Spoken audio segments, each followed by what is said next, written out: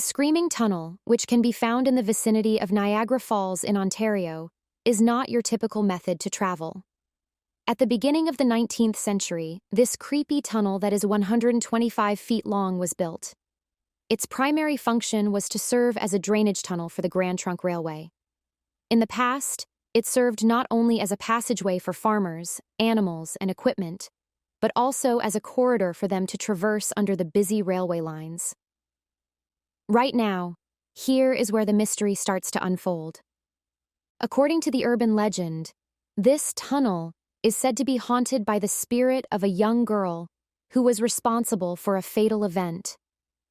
There are a number of different interpretations of this unsettling tale, but they all have one thing in common. They include parts that are both nasty and horrific. There are two different accounts of the girl's death.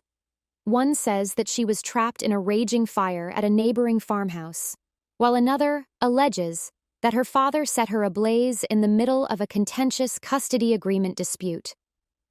The most foreboding of the tales implies that she was molested and then brutally killed within the tunnel. This is perhaps the most disturbing of the tales.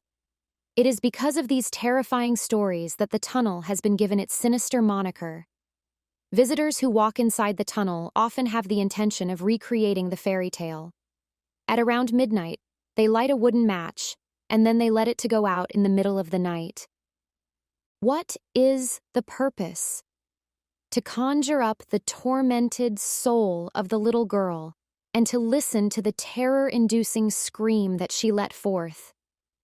Beyond the realm of mythology, the Screaming Tunnel is renowned for its infamy.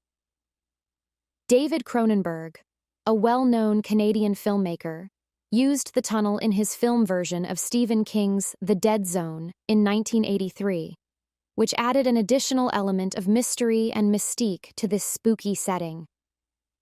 This film was released more than 40 years ago. It should be noted, however, that not all accounts about the Screaming Tunnel contain otherworldly occurrences. During the turbulent years of her marriage, a lady who lived in the neighborhood would go to the tunnel in order to release her anger, as stated by a few historians from the area. In order to provide an alternate reason for the name of the tunnel, she would scream when she was inside of it.